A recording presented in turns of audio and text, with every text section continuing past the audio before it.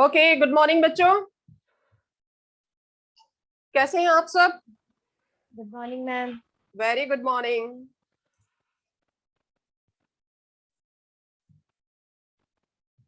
Let's start.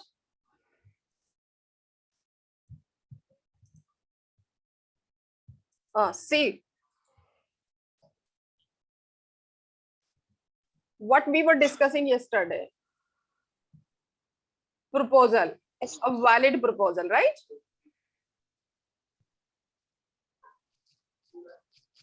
अच्छा, ठीक है, ओके। हम क्या डिस्कस कर रहे थे कल? एक वैलिड प्रपोजल हम डिस्कस कर रहे थे कि वो क्या होता है as per Indian contract act. What is the definition of proposal? I have told you background of contract act, right? And now the formation, हमने क्या what topic we have started, that is formation of a contract. एक contract बनता कैसे है ना? यही तो हमने शुरू किया हुआ है ना। और that is the first, what is the first stage? क्या फर्स्ट स्टेज है इसमें फॉर्मेशन ऑफ कॉन्ट्रैक्ट में? सबसे पहली स्टेज कौन सी आती है? मैम प्रपोजल आता है। प्रपोजल आता है, वेरी गुड। और हम प्रपोजल को शुरू कर चुके हैं, ठीक है। अब हम प्रपोजल की डेफिनेशन भी पढ़ चुके हैं। तो कौन बताएगा मुझे कि किस सेक्शन में प्रपोजल की डेफिनेशन दी गई है? Ritika? 2A। 2A, very good. Section 2A में डिफाइन किया गया है प्रपोजल को। और बेटा कंफ्यूज नहीं होना, प्रपोजल और ऑफर एक ही है, ठीक है। कभी आप कंफ्यूज हो जाए, यहाँ तो ऑफर वर्ड यूज हुआ है मैम, बिकॉज लॉ में वर्ड का ही खेल होता है, सारा शब्दों का खेल होता है, शब्दों को, इवन कोमा तक को, ठीक है। कोमा तक को हम ऐसे सोचते हैं, कोमा भी अगर इधर से उधर लग गया तो सेंटेंस की सेंस ही चेंज हो जाती है। एक लीगल लैंग्वेज होती है, जो लीगल लैंग्वेज होती है उसको हमें बहुत ध्यान से पढ़ना होता है। और जो सेक्शन 2A में लिखा हुआ है दैट इज लीगल लैंग्वेज, ठीक है। एक बार क्या हुआ, ट्रेन में जा रहे थे, एक चोर जा रहा था, उसको पकड़ना था, वो किस चोरी करके भाग रहा था।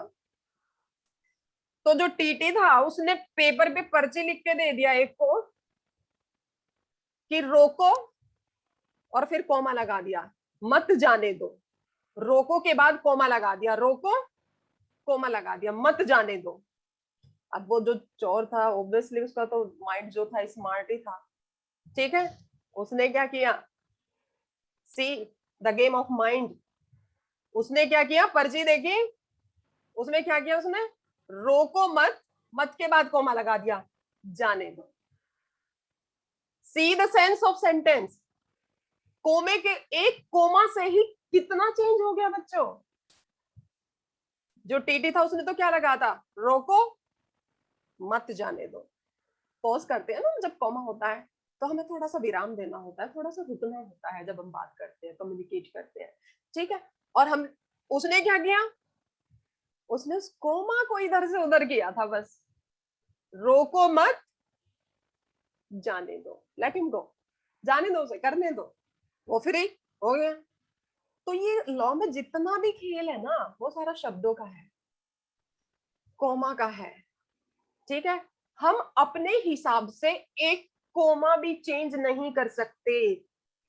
जो सेक्शन में लिखा हुआ है उसे ही हमें पढ़ना होगा, उसे इंटरप्रेट करना होगा। इवन हमारी जुडिशरी किस चीज के लिए है? To interpret the provisions, to interpret the laws, ठीक है। पार्लियामेंट का काम क्या होता है? To legislate the laws. 3 function है ना हमारे गवर्नमेंट के, कौन कौन से हैं वे? हमारे कॉन्स्टिट्यूशन ने 3 तरह के ऑर्गन स्टैब्लिश किए हैं, और वो सिस्टम में 3 तरह के ऑर्गन कौन से हैं? Legislature, judiciary and executive. Very good. Legislature का काम क्या है? क्या काम है लेजिस्लेचर का? To legislate the laws. लिख लीजिए चाहे, because being a citizen of India, हमें we must know the supreme law of the land. Supreme law of land कौन सा है?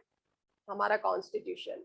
और कॉन्स्टिट्यूशन ने ये 3 तरह की चीजें स्टैब्लिश की है, ठीक है। सिस्टम में हमारे, हम जिस सिस्टम को फॉलो करते हैं उसमें हम ये 3 ऑर्गन्स को पढ़ते हैं। First is legislature, judiciary and executive. Legislature का काम क्या है? To legislate the laws.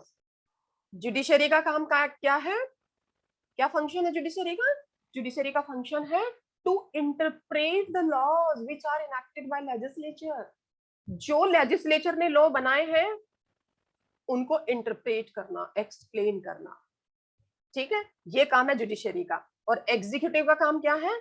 जो लॉ बन के आ गया है उसको एग्जीक्यूट करवाना, उसका पालन करवाना, ठीक है। ये पुलिस जो आती है ना, ये एग्जीक्यूटिव में तो आती है।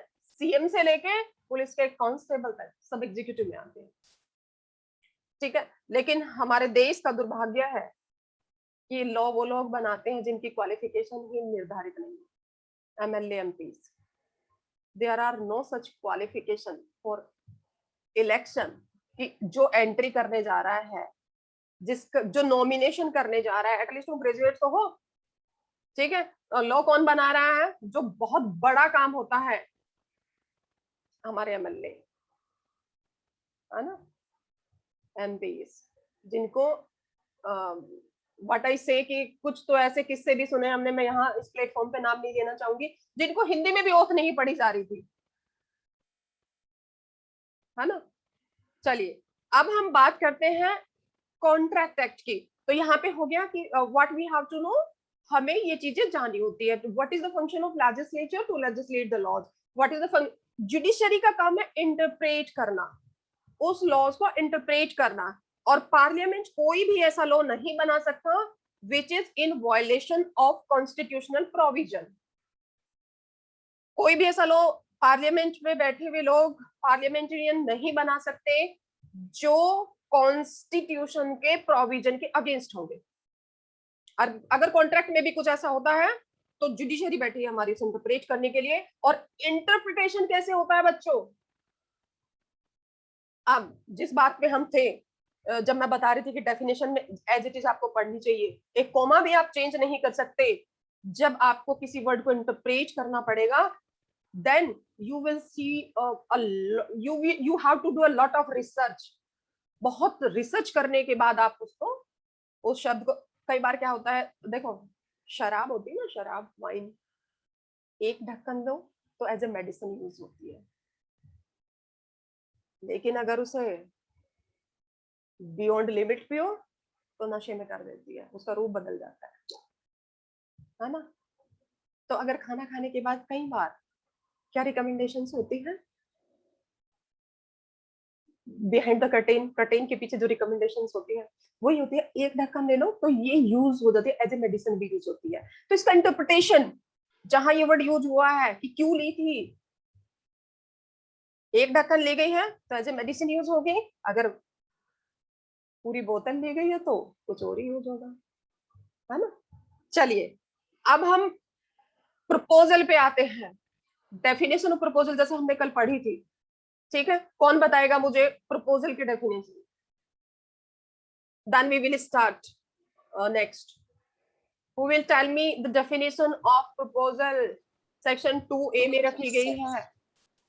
Yes. One person signifies to another willingness हाँ, from नहीं बेटा इसका मीनिंग obtaining बताओ। ये तो बुक में लिखा हुआ है, बेरेक्ट में लिखा हुआ है, I know.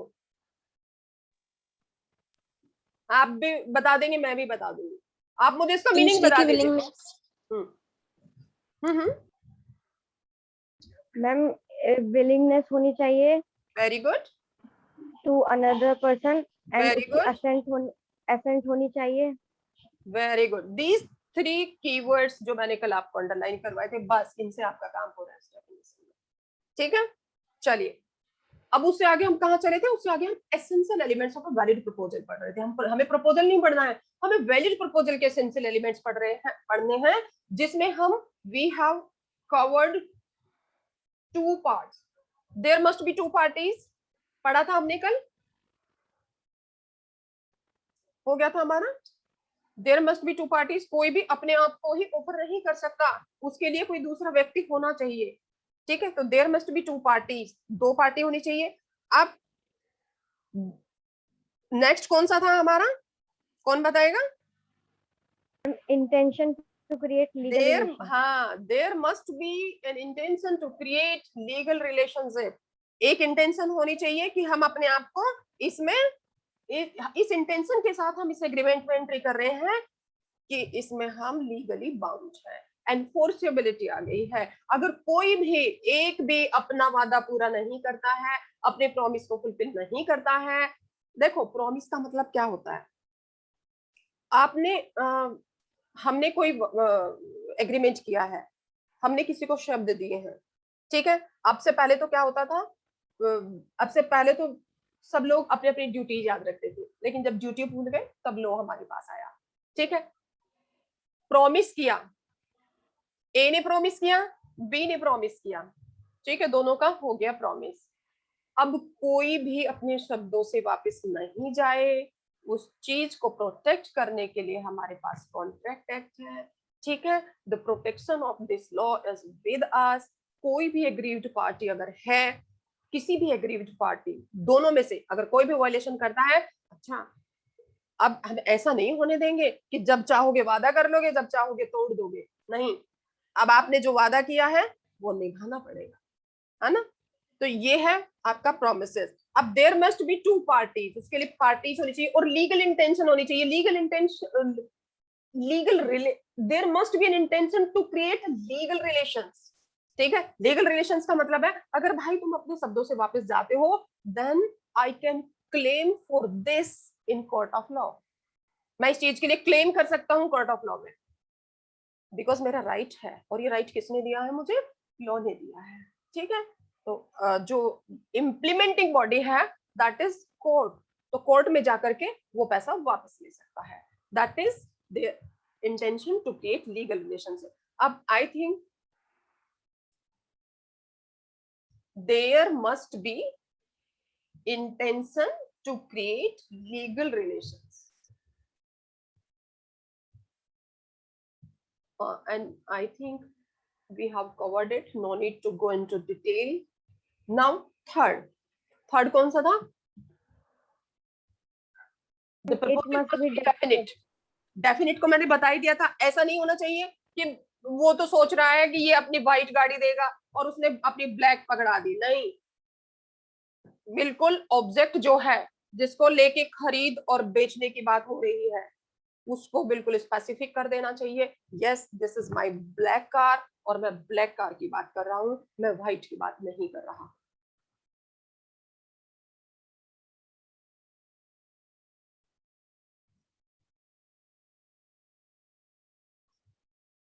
Proposal must be definite, ये हमारा थर्ड हो गया था। Today is fourth which is very important, that the proposal must be communicated.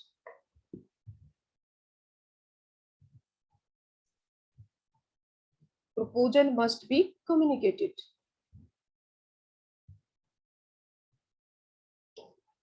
लिखेंगे सभी, प्रपोजल मस्ट बी कम्युनिकेटेड। देखो कोई भी प्रपोजल तब तक पूरा नहीं, ये वर्ड है ना, this word is having much significance under proposal, communication. मैंने अपने ही मन में सोच लिया है कि यार मैं बी को ये बोलूंगी कि ये मैं उसको बेचना चाहती हूँ, क्या मैंने कम्युनिकेट कर दिया उसको? अभी तो कम्युनिकेट नहीं किया है, बताया भी नहीं है उसको। कम्युनिकेशन का मतलब होता है दूसरे की नॉलेज में आ जाना। कम्युनिकेशन का मतलब ये भी नहीं है कि हमने कह के छोड़ दिया और उसकी नॉलेज में आया ही नहीं है। कम्युनिकेट का मतलब होता है when the offer came into the knowledge of offering. What is the meaning of communication under proposal? When the offer came into the knowledge of offering. Knowledge में आना है भाई, उसके दिमाग में भर दो पहले, उसके नॉलेज में नहीं आया तो ऑफर कम्युनिकेट नहीं हुआ है।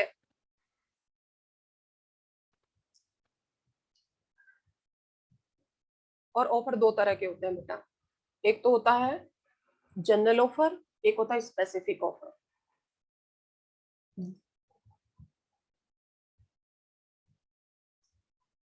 General offer and specific offer. Specific offer में तो आपने बता दिया, क्या बताया आपने, ए ने बी को बता दिया कि भाई मैं अपनी ये गाड़ी, अपनी एक कार बेचना चाह रहा हूं। दोनों पार्टीज में आपस में कम्युनिकेशन हो गया। जनरल ऑफर में क्या होता है, मैंने एडवर्टाइजमेंट निकाल दिया, जो कोई भी, जनरल ऑफर का मतलब होता है ऑफर एट लार्ज, पब्लिकली हमने कर दिया। मेरी कोई सामान खो गया है, अगर खो गया है, लॉस्ट हो गया है, मैंने एक एडवर्टाइजमेंट निकाला, एक विज्ञापन दिया, और उसमें मैंने ये पब्लिश कराया कि जो भी मेरे इस सामान को, मेरे खोए हुए सामान को वापस लेकर के आएगा, मैं उसको इतना इनाम दूंगा। मैंने ये एडवर्टाइजमेंट निकाला, पब्लिक एट लार्ज हो गया। पब्लिक एट लार्ज सबके लिए है, सिर्फ बी के लिए नहीं है। इसमें तो सिर्फ क्या है, बी के लिए था, ए का बी के लिए था, लेकिन यहां public at large. General offer क्या होता है, पब्लिक एट लार्ज होता है। पहले आप समझ लीजिए, रिटन स्टेप मैं आपको प्रोवाइड कराऊंगी एज ए नोट्स, ठीक है, आप उसमें से डिटेल देख करके लिख लेंगे। लेकिन यहाँ पर पे क्या है, यहाँ पे सबसे पहले आप इसको समझिए, ठीक है। तो general offer means public at large, हमने पब्लिकली बोल दिया, उसको कोई भी जब एक्सेप्टेंस करेगा तो वो लेकर के आएगा। अब हुआ क्या, एक केस में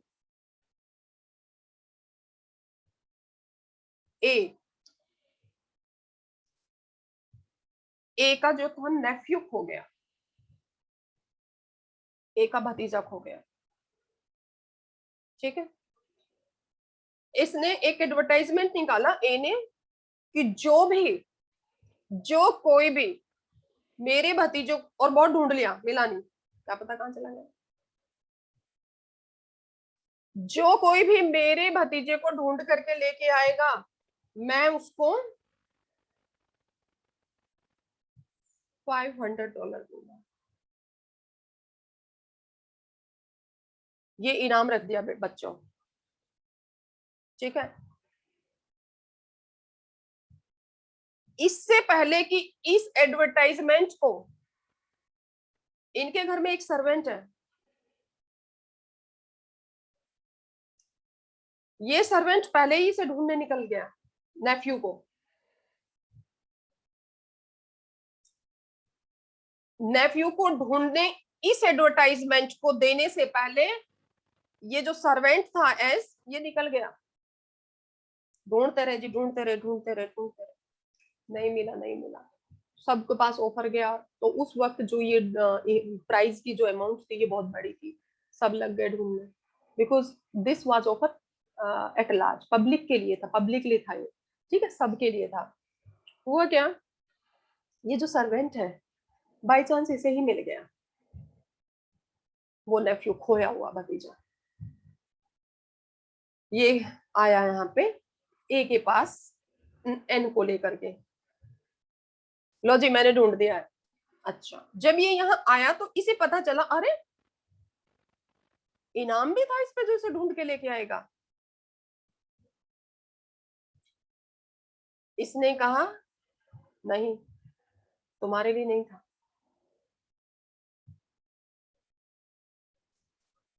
ये जो सर्वेंट है जी कोर्ट में पहुंच गया,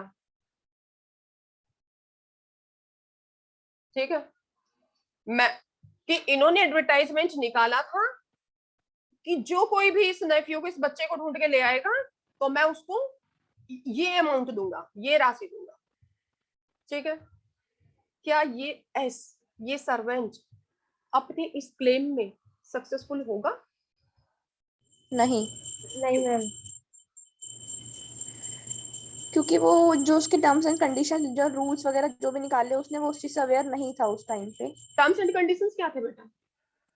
मतलब जो मैम भी उसने प्राइस वगैरह रखा नहीं $500, नहीं, तो प्राइस रखा उसने, हम्म, प्राइस रखा।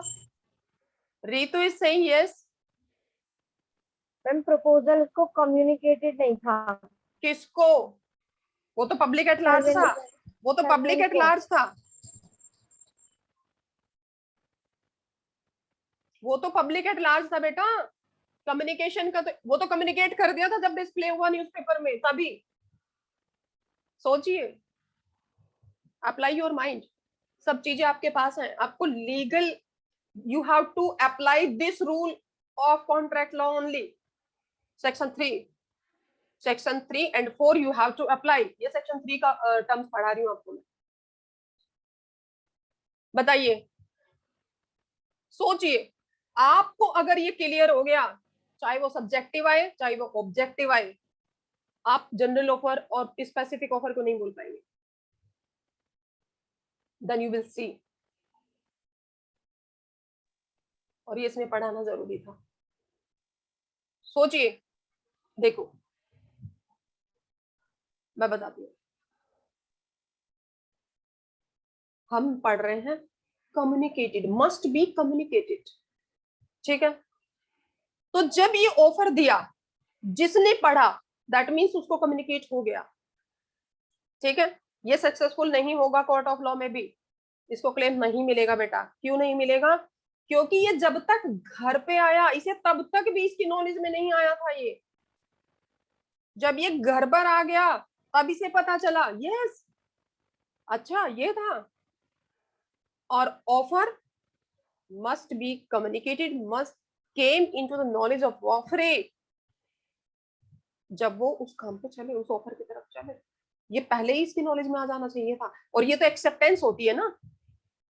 और by virtue of his job, nature of job, क्योंकि ये इसके यहाँ पे सर्वेंट था, तो it was the duty of us also. लेकिन यहाँ पे लीगल पॉइंट क्या है? क्यों जज इसको अलाउ नहीं कर रहे हैं? क्यों ये क्लेम नहीं ले पाएगा? Because the offer was not came into the knowledge of offer। ये इसके नॉलेज में आया ही नहीं था। यहाँ पे जो भी न्यूज़पेपर पढ़ रहा है दैट मीन्स, और न्यूज़पेपर पढ़ करके उसे पता है, तो दैट मीन्स क्या है कि उसकी नॉलेज में आ गया है ऑफर, कम्युनिकेट हो गया उस तक जो भी जा रहा है। और जब वो कोई उसकी कंप्लायंस पूरी कर देता है तो दैट मीन्स एक्सेप्टेंस हो गई। लेकिन ये तो यहां तक आते आते भी नहीं पता था इसको तो कि ऑफर निकला है। ऐसे थोड़ा ही, कुछ कंडीशंस के साथ, कुछ these are the essential elements जो हम पढ़ रहे हैं कि ये तो होना ही होना है, बस कम्युनिकेट तो होना ही। क्लियर हो गया बच्चों? हाँ जी मैम, हो गया। Very good. नो, रितु को क्लियर नहीं हुआ है। Ritu is writing no. Ritu video on करो बेटा। We are writing offer must be communicated.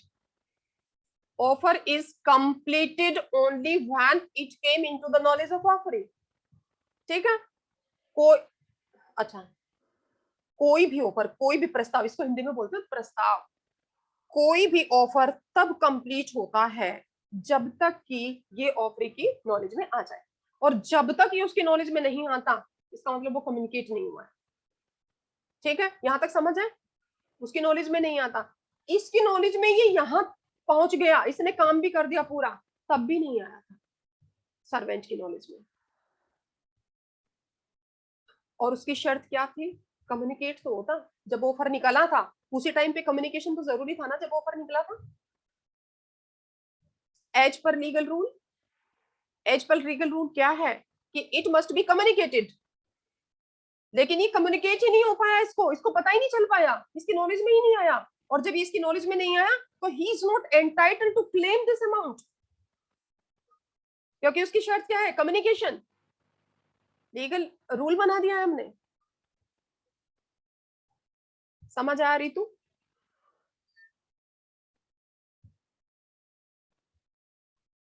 Ritu नहीं आया अभी भी? यू कैन राइट बेटा, Ritu you can write in chat box. किसी को कोई भी डाउट हो अभी पूछ लीजिए इसमें। एंड दिस केस इज, मैं आपको बता दूं ये बहुत इंपॉर्टेंट केस है। केस है कि ए का जो नेफ्यू था वो घर से चला गया, खो गया या भाग गया, जो भी था। He sent this servant to trace, उसने उससे पहले ही ये इससे पहले ही जा चुका था, सर्वेंट को भेजा, जाओ ढूंढ के लाओ। ठीक है, आ गया मैम, चलिए वेरी गुड। तो जब ए ने सर्वेंट को भेजा, उसके बाद इसने ऑफर निकाला जो इसकी नॉलेज में आ ही नहीं पाया सर्वेंट की। जब ए ने ऑफर निकाला तो सर्वेंट पहले जा चुका था, इसने पहले ही ऑर्डर दे दिया था, जाओ ढूंढ के लाओ मेरे भतीजे को, खो गया है। सब हड़बड़ मच जाती है ना जब बच्चा खो जाए, कुछ हो जाए। ठीक है, तो इसमें एस पहले जा चुका था यहाँ पे और ऑफर बाद में निकला था, तो इसकी नॉलेज में ये तब तक नहीं आ पाया था जब तक ये ट्रेस करके लाता। क्लियर? और ये केस है बेटा लालमन शुक्ला वर्सेस गौरी दत्त। केस को लिखेंगे सभी। This is leading case on proposal must be communicated. This is leading case. Case क्या है? लालमन शुक्ला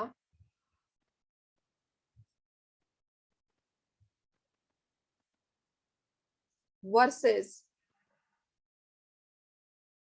गौरी दत्त। ये केस है 1930। साइटेशन साथ में लिखेंगे, LJ 489। What is the meaning of this? जो मैं कह रही हूं कि साइटेशन साथ में लिखेंगे, मैं आपको साइटेशन का मीनिंग बताती हूँ बेटा। सपोज मैं आपको ये केस पढ़ा रही हूँ, under proposal must be communicated. हम किस हेडिंग में इसको पढ़ रहे हैं? किस हेडिंग के अंडर पढ़ रहे हैं कि proposal must be communicated, right? हम इसी में तो पढ़ रहे हैं इसको। हुआ क्या? अब हमने ये केस पढ़ा, लालमन शुक्ला वर्सेस गौरी दत्त। लालमन का भतीजा खो गया था, ठीक है, क्योंकि ये अपील में है। हम ये केस जो है अपील में है। गौरी दत्त ने क्लेम किया था, गौरी दत्त सर्वेंट था, उसका क्लेम वहां पे जो लोअर कोर्ट था उसमें वो डिफीट कर गया था। फिर उसने अपील की, ठीक है, कि वहां पे नहीं हुआ उसका। फिर वो अपील में कौन आया? लालमन आया। अब यहाँ पे क्या साइटेशन का मतलब क्या होता है मैं आपको बता रही हूँ, ध्यान से सुनेंगे। सपोज कोई आपको फैक्ट्स बता रहा है, किसी केस के जजमेंट बता रहा है जो 1913 का है, 1913 का केस है। अब 1913 तो बहुत पहले, हम तो पैदा भी नहीं हुए, हमारा तो नामो निशान भी नहीं था भाई, है ना? हमें कैसे पता चलेगा कि ये केस मैडम सही बता रही हैं? हमें तो डाउट है मैडम पर, वी हैव डाउट। और कोई भी टीचर हो, हमें तो डाउट है भाई, मुझे इस केस में इस फैक्ट्स पर डाउट है, ये फैक्ट मुझे सही नहीं लग रहा है। रिलायबिलिटी, ऑथेंटिसिटी, इन सब को प्रूव करने के लिए अगर आपको देखना है कि what is the authenticity of this line, ये मैम सही बोल रही हैं गलत बोल रही हैं, आप कहाँ जाओगे? इलाहाबाद के एक लीगल जर्नल निकलता है, लीगल जर्नल नाम है उसका, 489 पेज पे जाओगे। दिस इज पेज, कौन से ईयर का है? 1913 का। आज भी रखे हैं, जो कोर्ट की लाइब्रेरी होती है बेटा, कोर्ट की लाइब्रेरी होती है, उनमें आज भी सारे जजमेंट जो दिए थे एज इट इज रखे हुए हैं। और याद रखना, अगर कोई जजमेंट किसी भी पब्लिशर को राइट दे दिया है कि आप अपना जजमेंट चलो पब्लिश कर रहे हो, तो वो जज की लैंग्वेज को चेंज नहीं कर सकता, उस पर क्लेम हो जाएगा, उसका पब्लिकेशन हाउस बंद हो जाएगा। ठीक है, तो एज इट इज उसमें रखे हुए हैं सारी चीजें। आज भी थ्रू साइटेशन आप पता कर सकते हो कि ऑथेंटिसिटी क्या है। ठीक है, तो इसकी ऑथेंटिसिटी जानने के लिए आपको क्या करना पड़ेगा? लीगल जर्नल की उस पे जाओगे, इलाहाबाद हाई कोर्ट का केस है ये, 1913 में आया था, और पेज नंबर 489 पे जाओगे। आपने किसी ने सब देखो, क्या होता है लॉ में, सब्सक्रिप्शन दिए जाते हैं इन पब्लिकेशन हाउस के, जिसमें कि जजमेंट्स की आप कोई भी कीवर्ड डालो, उसमें जजमेंट का कीवर्ड डाल दो, किसी उस कोर्ट का नाम डाल दो, या फिर आपको किस सेक्शन पे ढूंढना है वो डालो, उस सेक्शन से रिलेटेड सारे जजमेंट आ जाएंगे। और ये दो चीजें कौन कौन सी है इसमें जो बिल्कुल महारत हासिल किए हुए हैं, वो है मेनुपात्रा और SSC। उसका सब्सक्रिप्शन तो मैं भी आप लोगों को दे सकती हूँ, if you want to search any judgement, कोई भी जजमेंट। और ये केस जो है ना वेरी वेरी इंपॉर्टेंट है, मैं आपको बता दूं, ऑन सेक्शन 3 बहुत इंपॉर्टेंट केस है बेटा ये। लालबन शुक्ला वर्सेस गौरीदत्त 1913 का केस है, इलाहाबाद हाई कोर्ट का केस है। और टू नो द ऑथेंटिसिटी, आपको लगे कोई भी टीचर आपको, और मैं आगे के लिए भी बता रही हूँ, अगर आपको कभी भी डाउट हो, क्योंकि आप आगे भी लॉ पढ़ेंगे, ठीक है, अब आपको किसी भी केस में कोई डाउट हो, तो जो साइटेशन होती है, इसे हम साइटेशन बोलते हैं, उस साइटेशन पर जाओगे,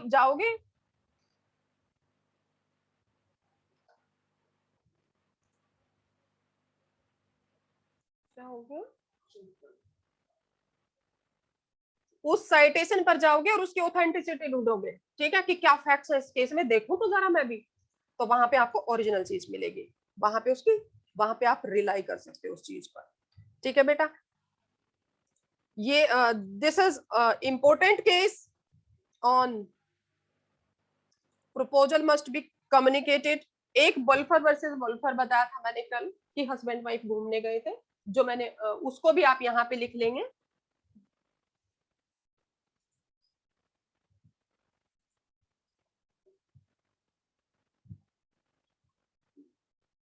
क्या हो गया था,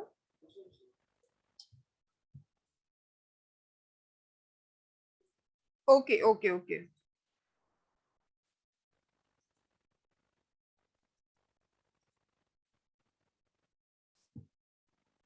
now it is fifth point, offer must be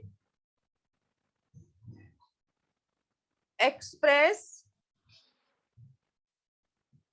and implied। Offer must be express and implied का क्या मतलब होता है, कि ऑफर या तो आप बोल करके करेंगे या लिख करके करेंगे। जो बोलकर और लिख करके हो रहा है वो क्या है, बाय राइटिंग, दोनों तरीके से हो सकता है ना, बाय राइटिंग या बाय स्पीकिंग, बोल करके भी, verbally. This is express offer, ठीक है। एक्सप्रेस ऑफर क्या होता है, कि या तो शब्दों से हो सकता है या बोल करके होता है, ओ सॉरी बाय रिटन होता है, आपने लिख करके एग्रीमेंट कर लिया, एक तो तरीका ये है, एक है वर्बली कर लिया आपने एग्रीमेंट, तो दोनों तरह से वैलिड है, ठीक है, लिख करके भी हो सकता है और बोल करके भी हो सकता है। ये तो है आपका एक्सप्रेस। अब मैम इम्प्लाइड क्या होता है, what is implied offer, implied offer होता है बेटा the offer by conduct of parties,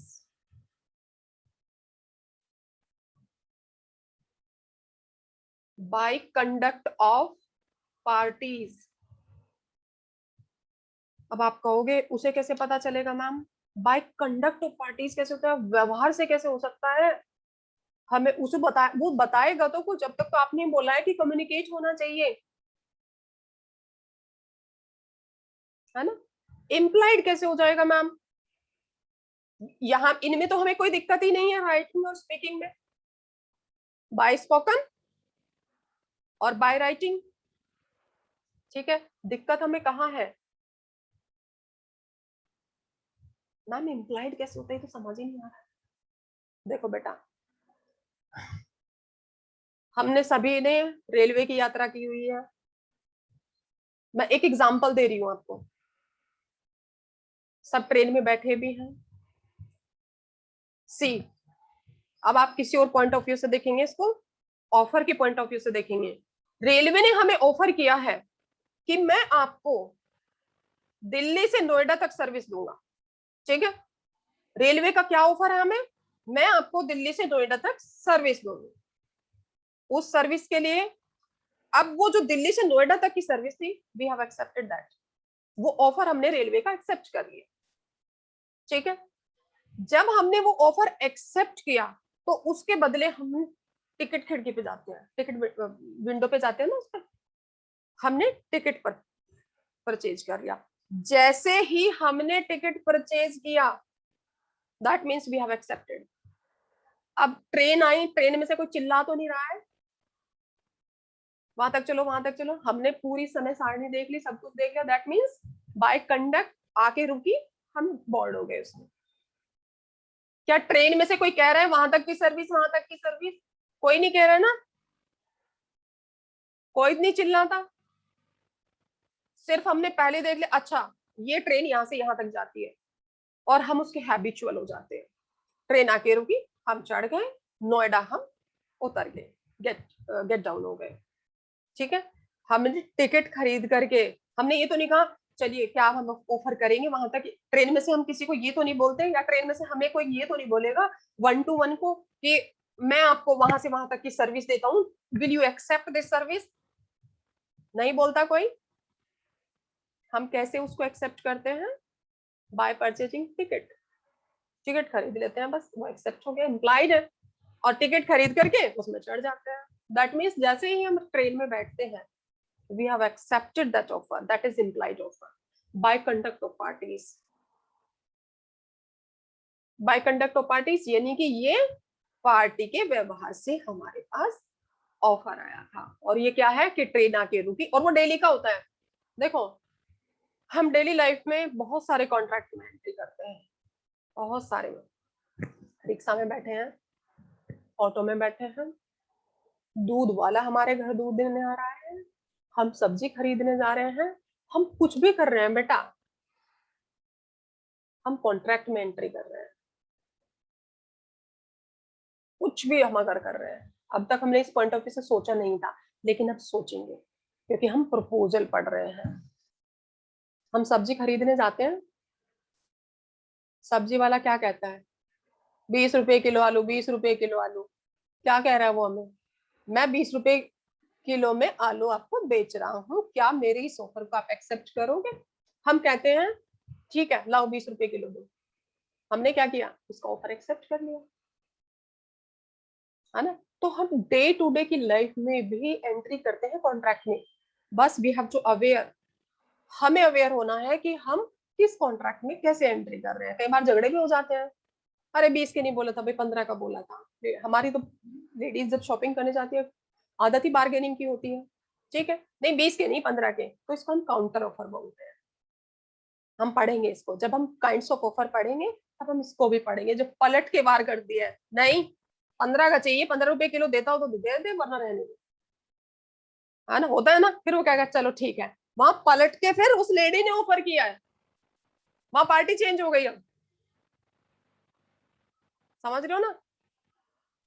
तो ऑफर के बहुत सारे काइंड्स हैं, जब हम काइंड्स ऑफ ऑफर पढ़ेंगे हम इन सबको स्टडी करेंगे, लेकिन यहाँ पे बाय कंडक्ट ऑफ पार्टीज आपको समझा। देखो एक और चीज है, मेरठ डिपो की बसेस कहाँ मिलती हैं भाई? आनंद विहार मिलेंगी, इम्प्लाइड है। आनंद विहार से मेरठ डिपो की बस चलती है, इम्प्लाइड है। हम कहाँ पहुंचेंगे उसके सर्विस को, उसके प्रपोजल को एक्सेप्ट करने के लिए? हम आनंद विहार पहुंचेंगे, आनंद विहार से हम टिकट लेंगे, इसका मतलब वी हैव एक्सेप्टेड दैट। वहां तो बसेस खड़ी हैं, बस वहां से कोई चिल्ला नहीं रहा है, वहां से कोई आपको 1-to-1 ऑफर नहीं करेगा आकर के। हम जानते हैं गवर्नमेंट ने ये बसेस की सर्विस दी हुई है, ट्रांसपोर्टेशन चला हुआ है, और इस ट्रांसपोर्टेशन के थ्रू हमें पब्लिक एट लार्ज ये ऑफर दिया गया है, जनरल ऑफर है ये, और इम्प्लाइड ऑफर है ये, ठीक है, इसमें कंफ्यूज नहीं होना। जनरल ऑफर है, इम्प्लाइड ऑफर है, तो इम्प्लाइड क्या है, वहां आनंद विहार मेरठ डिपो की बस मिल जाएंगी, वहां से चला जाना भाई, मुजफ्फरनगर पहुंच जाओगे, इम्प्लाइड है। गए बस में बैठ गए, मेरठ डिपो देखते हैं कहां से कहां तक है, हमने बोर्ड पे देख लिया जहां लिखा हुआ है, जब हमने देख लिया पूछने की भी जरूरत नहीं थी, इम्प्लाइड है, बस खड़ी है, आनंद विहार खड़ी है, लिखा हुआ है मेरठ टू मुजफ्फरनगर, और किस चीज की जरूरत है? इम्प्लाइड है बाय कंडक्ट ऑफ पार्टीज, और हम उसमें जैसे ही बैठे दैट मीन्स एक्सेप्टेड, इम्प्लाइड है।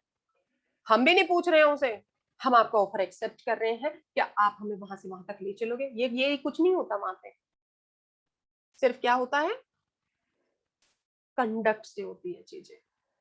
ठीक है, आ गया समझ? समझ आया बच्चों? इम्प्लाइड ऑफर क्या होता है, बता तो दो। हाँ जी ma'am. Very good, very good.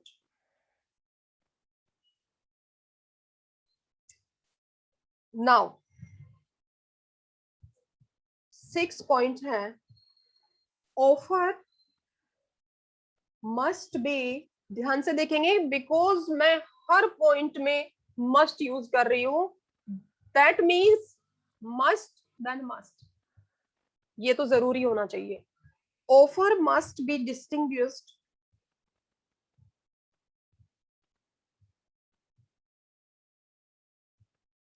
From an invitation to offer.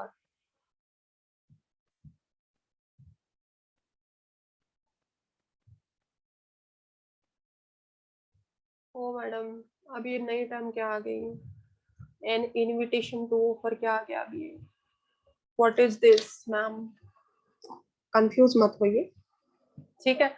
Offer को हमें पता है, ऑफर क्या होता है, by spoken by written offer होता है, ठीक है।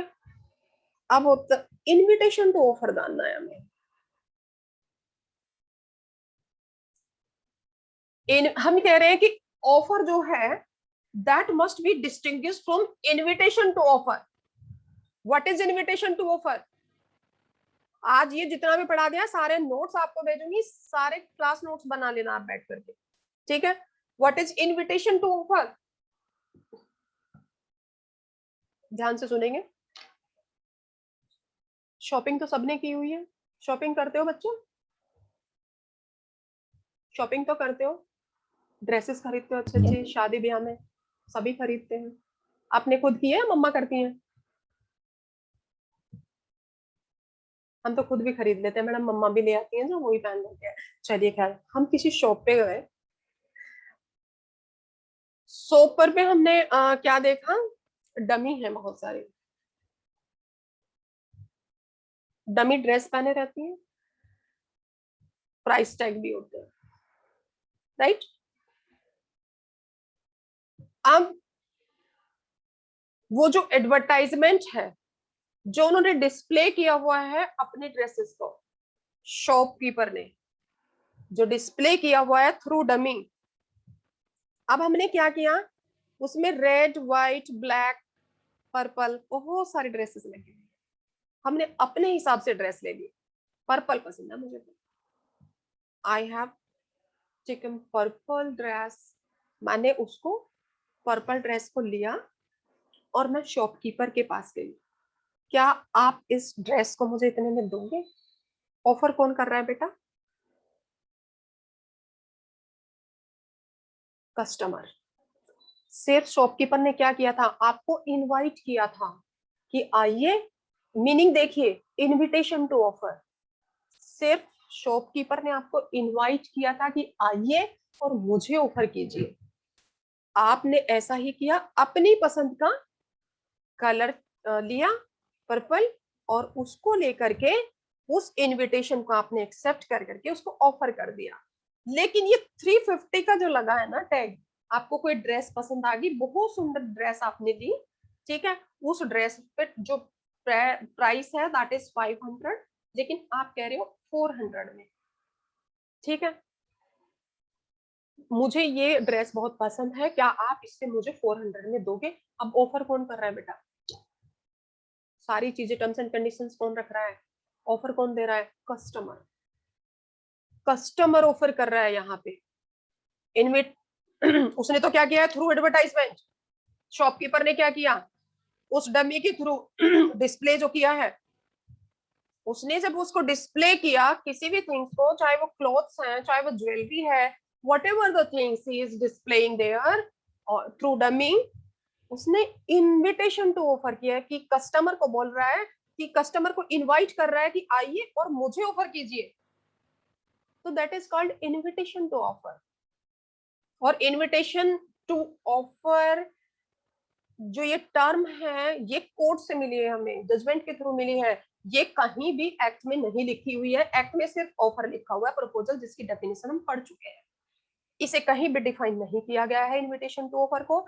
This is only for understanding, ठीक है, समझने के लिए है कि जो डमी पे है, जो शॉपकीपर ने डिस्प्ले किया हुआ है, कोई भी चाहे वो ज्वेलरी है चाहे वो कपड़े हैं, वो सिर्फ वो जबरदस्ती तो नहीं कर सकता ना, कि जैसे ही आप वहां खड़े होकर देख रहे हैं कि अब तो लेना ही पड़ेगा, नहीं कर सकता।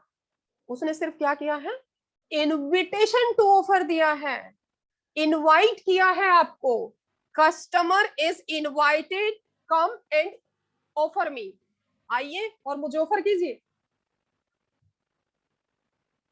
Clear, invitation to offer clear है? वेरी गुड, बहुत अच्छे बच्चे हैं, बहुत सही बेटा। तो that means when a person expresses something to another person to invite him to make an offer, it is known as invitation to offer। ये invitation to offer जाना जाता है। और ऑफर जैसे हमने पढ़ा है, इनविटेशन टू ऑफर डिफरेंट है ऑफर से, इसके डिफरेंसेस भी हम पढ़ेंगे। It is defined under contract act, but this term is not defined under contract act, है ना। इसमें पार्टी बाउंड हो जाती है, यहाँ पे सिर्फ क्या है, यहाँ पे शॉपकीपर या जो भी डिस्प्ले कर रहा है चीजों को, वो क्या कह रहा है, come and invite me, oh sorry, customer आएंगे और उनको इनवाइट कर रहा है शॉपकीपर और कह रहा है कम एंड ऑफर मी, आइए और मुझे ऑफर कीजिए, ये है, ठीक है। और जो इंपॉर्टेंट चीज है, that is these are 6 points. Yes, एक और रह गया है, that is last point of essential elements of a valid offer. Valid offer की बात कर रहे हैं, इनवैलिड की नहीं कर रहे हैं। इनवैलिड ऑफर कल मैंने बता दिया था आपको कि क्या होता है, अगर सिर्फ आपने सिर्फ ये बोल दिया, अगर मैं सिर्फ बोल रही हूं कि मैं इस मोबाइल को तुम्हें देना चाहती हूँ, डी को, अपनी फ्रेंड को बोल रही हूँ मैं इस मोबाइल नहीं, मैं इस मोबाइल को बेचना चाहती हूँ, क्या सिर्फ इतना कहने से वैलिड हो गया? उसमें कुछ और भी तो ऐड करना पड़ेगा। वो एडिशन क्या होगा, हमने क्या पढ़ा है उसके डेफिनेशन में? हाँ, उसकी भी कंसेंट लेनी है बेटा, कि क्या तुम इसे खरीदोगे। अब वो क्या हाँ ना करता है या करती है, ये उस पर डिपेंड करता है। तो लेकिन हम यहाँ क्या पढ़ेंगे कि जो लास्ट हमारा पॉइंट है इसमें, that is the acceptance to offer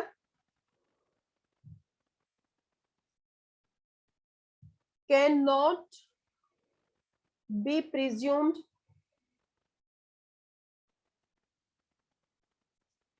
from silence.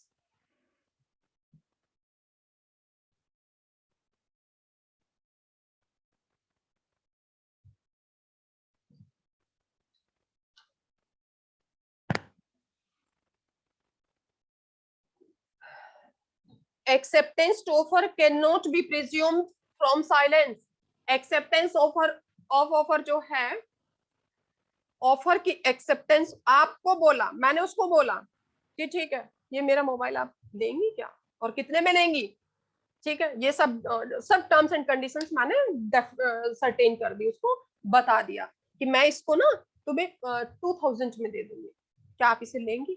अब उसने उस टाइम तो कोई जवाब नहीं दिया बेटा, वो चली गई, जाके घर बैठ गई, या फिर सिर्फ लिख लिया okay I will purchase it, फलाना ठिकाना, जो भी लिखना होता है उसको XYZ लिख करके अपने ड्रॉर में रख लिया, मेरे तक बात ही नहीं आई, चुप है वो। मेरी तरफ से क्या है, आई विल कंसिडर व्हाट, मैं तो यही कंसिडर करूंगी ना कि C is silent on this offer. और साइलेंस को कभी भी, अगर कोई चुप है, किसी की भी मेंटल स्टेट से हम ये अंदाजा नहीं लगा सकते कि उसने हाँ ना कर दिया, है ना। उसकी ना में हाँ है, उसकी हाँ में ना है, ये हम यहाँ नहीं देखेंगे, हम यहाँ सिर्फ क्या देखेंगे, एक्सप्रेसली बोला है या नहीं बोला है। साइलेंस से, किसी के चुप रहने से एक्सेप्टेंस प्रिज्यूम नहीं की जा सकती, बस ये याद रखिए। आपको बोलना पड़ेगा, बताना पड़ेगा, या फिर कंडक्ट शो करना पड़ेगा। लेकिन अगर आप बिल्कुल चुप हैं, और इम्प्लाइड भी होता है ना, जैसे हमने पढ़ा है इम्प्लाइड भी होता है, तो आपको you have to tell to offeror, offeror को आपको बताना पड़ेगा कि yes I accepted this offer. तो these are the essential elements of a valid proposal. हम यहाँ वैलिड प्रपोजल की, देखो ये बात उस, हम यहाँ पूरे कॉन्ट्रैक्ट एक्ट में वैलिड कॉन्ट्रैक्ट की बात करते हैं, वैलिड प्रपोजल की बात करते हैं, वैलिड एक्सेप्टेंस की बात करते हैं। हम इस कॉन्ट्रैक्ट में उस कॉन्ट्रैक्ट की बात करते हैं, उस एग्रीमेंट की बात करते हैं कि जो बिजनेस वर्ल्ड में होता है और जो लीगली होता है। लेकिन बस ये लॉ किस लिए बना है? ये लॉ बना है to protect the rights of aggrieved party. जो पीड़ित है, जो पीड़ित पक्ष है, जो पार्टी को वायलेशन हो गया जिसके राइट्स का, जिसका हमने ले तो लिया गाड़ी, लेकिन अब हम उसके पैसे नहीं दे रहे हैं, तो जिसने गाड़ी भी दे दी और जो पैसे भी नहीं दे रहा उसकी क्या गलती है? तो उसके राइट को प्रोटेक्ट करने के लॉ है। लेकिन ये लॉ डील नहीं करता है इनवैलिड कॉन्ट्रैक्ट से कि चल मैं तुझे 4 लाख दूंगा, उसकी सुपारी जा हत्या करा, मर्डर करा, उसका कॉन्ट्रैक्ट तो हुआ, ऑफर किया, सारी टर्म्स एंड कंडीशन वैलिड हैं, मैं दे रही हूँ, ऑफर कर रही हूँ कि जाओ उसके बेटे को किडनैप कर लो और किडनैप करके उसका मर्डर कर देना, मैं आपको 10 लाख रुपए दूंगी। क्या आप इस ऑफर को एक्सेप्ट करेंगे? बी ने एक्सेप्ट कर लिया। अब उसने मारा उसे है नहीं, ठीक है, मैं पहुंच गई कोर्ट ऑफ लॉ, जिम ये हमारा एग्रीमेंट हुआ था, यही हमारा कॉन्ट्रैक्ट हुआ था, लेकिन इसने मारा तो है ही नहीं, मेरे राइट तो उसके, मेरे तो राइट का वायलेशन हुआ है, मैंने पैसे भी दे दिए, मेरे पैसे वापस दिलवाओ। क्या कोर्ट में पैसे वापस दिलवा देगा या मुझे जेल में भेज देगा? Murder is a heinous crime under IPC, और वो भी किडनैपिंग किसी बच्चे की। आप समझ रहे हो? कॉन्ट्रैक्ट किसकी बात करता है? वैलिड कॉन्ट्रैक्ट की बात करता है। इलीगल कॉन्ट्रैक्ट पे ये कुछ भी नहीं कहता है। इलीगल कॉन्ट्रैक्ट पे तो direct go to jail, jail भेज देगा। और फिर वो कॉन्ट्रैक्ट लॉ के प्रोविजन अप्लाई नहीं होते, फिर वहां पे क्रिमिनल लॉ लगेगा, पेनल कोड लगेगा, सीआरपीसी लगेगी, जितने भी लॉ होते हैं, अगर आपने जिस डिग्री का क्राइम किया है उस डिग्री का लॉ लगेगा। ठीक है, तो हम यहाँ सिर्फ और सिर्फ बात करते हैं वैलिड प्रपोजल की, वैलिड कॉन्ट्रैक्ट की। इनवैलिड या इलीगल कॉन्ट्रैक्ट की हम, या जो ये इनवैलिड प्रपोजल, उसकी कोई बात नहीं करेंगे, और ना ही ये इसको डील करता है। अगर आप कुछ इलीगल कर रहे हैं तो आप उसके हिसाब से, जितना डिग्री ऑफ क्रिमिनलिटी आपकी होगी, आप उस हिसाब से आपको ट्रीट किया जाएगा, आपके ऑफेंस को ट्रीट किया जाएगा, है ना। अगर आपने सिर्फ किडनैपिंग के लिए भेजा था और किडनैप उसने किया नहीं, तो आपको आईपीसी के सेक्शन 362 से डील होंगे। फिर आप आइए, किडनैपिंग तो ऑफेंस है ना, लॉ बना हुआ है, क्रिमिनल लॉ बना हुआ है जो साफ साफ मना करता है क्या करना है और क्या नहीं करना है, और किसके करने से आप ऑफेंस की कैटेगरी में आ जाएंगे। तो किसी के बच्चे को उठा लेने से आप किडनैपिंग की कैटेगरी में आ जाते हैं। तो kidnapping is an offence itself. इसलिए फिर आप उसमें कॉन्ट्रैक्ट की आप कहोगे कि नहीं कॉन्ट्रैक्ट एक्ट है, भाई हमारा तो डील हुआ था, मेरे पैसे भी गए, सब कुछ गया, मेरे राइट्स को प्रोटेक्ट करो। आपके राइट प्रोटेक्ट नहीं होंगे बेटा, आप जेल में जाओगे, चाहे मैं हूं, चाहे आप हैं, चाहे कोई भी है। समझ रहे हो आप मेरी बात? सिर्फ यहाँ वैलिड टर्म की बात होगी, ठीक है।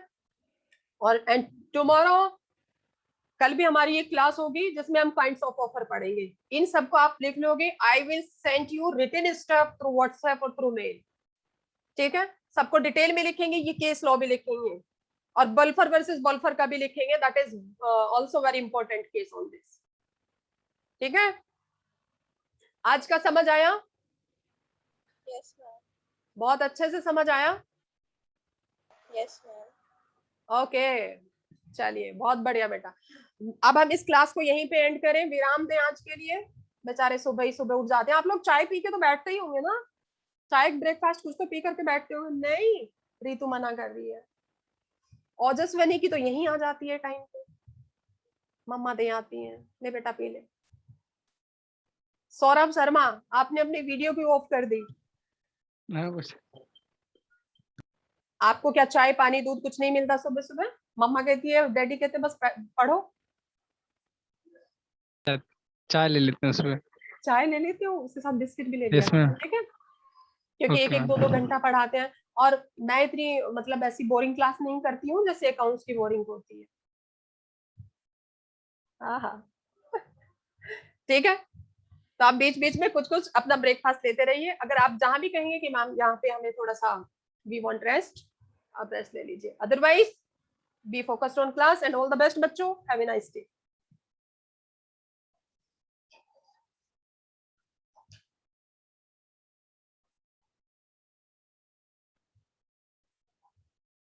ये कैसे होगा अब आगे कब? नमस्ते। हाँ तो कहाँ से? इसका तो मुझे कर्सर ही नहीं मिल रहा। बच्चे एंड कर, बच्चे सभी आप लीव कर सकते हैं क्लास को, प्लीज लीव कर दीजिए।